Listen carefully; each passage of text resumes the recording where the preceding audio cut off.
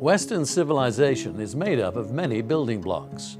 To understand it, we have to examine those foundations. One important block that can't be ignored is Judeo-Christian thinking based on the Bible. Yet today, that foundation stone is little understood. A generation ago, you could assume that the general public had a basic understanding, you might say, of the biblical narrative, the basic story of the Bible. You cannot assume that now. How well do we really know the Bible? Has skepticism and modern scientific thinking stripped it of value? With an eye on the human condition, this is Insight.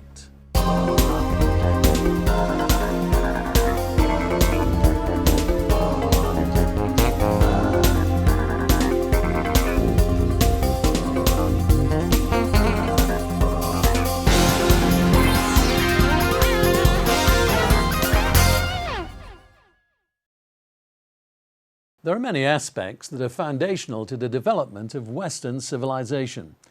It emerged over many generations in many places. In order to understand it, we have to think about those foundations that were laid down. Most historians would agree that the earliest influences in Western thinking came to us from the Greeks. Consider the influence of Greek culture on how we think and what we do.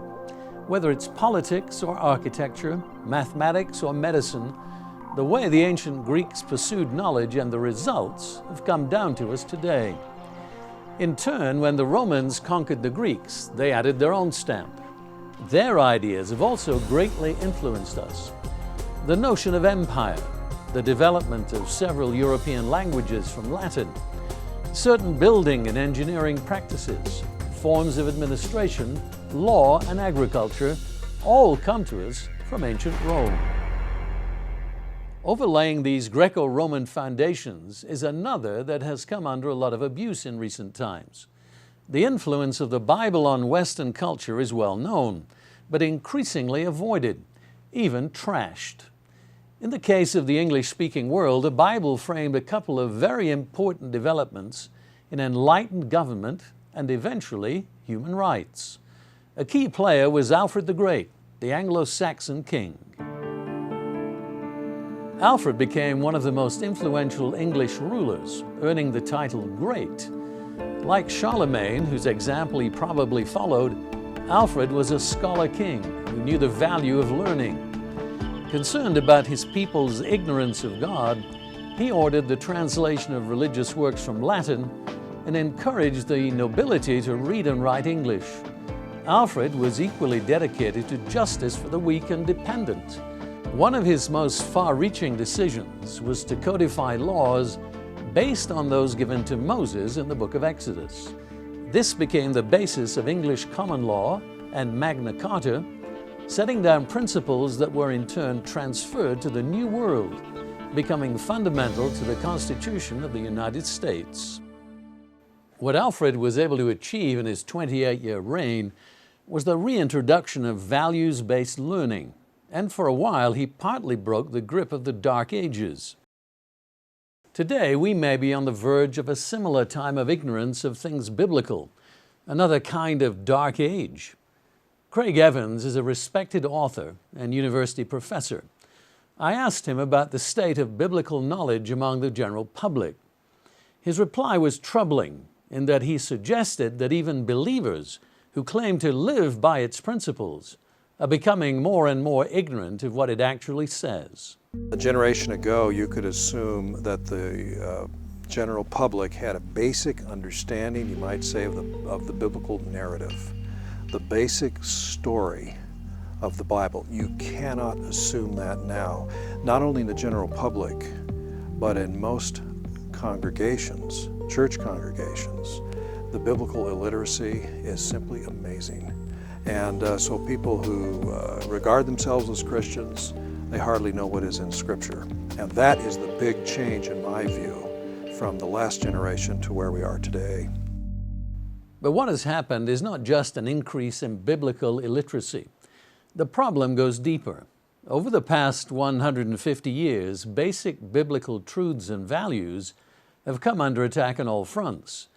The influential thinkers of the 19th century, men such as Darwin, Marx, and Freud, put forward such convincing falsehoods that most today cannot believe that humanity had a creator. Instead, we're told that blind and random chance fathered us to live out desperate lives of competition for survival, at the mercy of our unconscious minds. And there are other reasons for the decline in biblical understanding. Contributing to the problem is the growth of skepticism about God and any thought that there might be absolute values. Much of the biblical narrative has been trashed for no good reason. I asked Craig Evans why we should listen to the skeptic rather than the believer. I don't know. A skeptic doesn't know what he's talking about. The sad thing is a lot of believers don't know what they're talking about either. And so it's a toss-up between two groups arguing about things they don't know very well. But the skeptic, I find, is either arguing from a personal perspective, and it's autobiographical, a problem relationship with a parent or something, a personal tragedy, a divorce or something that's happened. But it's not well rooted in either the evidence or the facts, or it's not well argued. Unfortunately, for a lot of Christians, they can't see through that either, and the way they respond to that is hardly better. And that concerns me, and that's why I believe that we got to get past this postmodern irrational subjective thing and get back to the idea of, you know what, it's good to be informed. We need to know what's really going on, what the actual evidence is, what really is there that we can sit down, study, look at, and understand what it is. That's exactly what we encourage on this website, vision.org. Here you'll find many articles, books, videos, and even a study course dedicated to overcoming biblical illiteracy. It's not enough to say I don't believe in God because I know nothing about Him. It's not enough to say I'm skeptical about God because I haven't read or studied His book.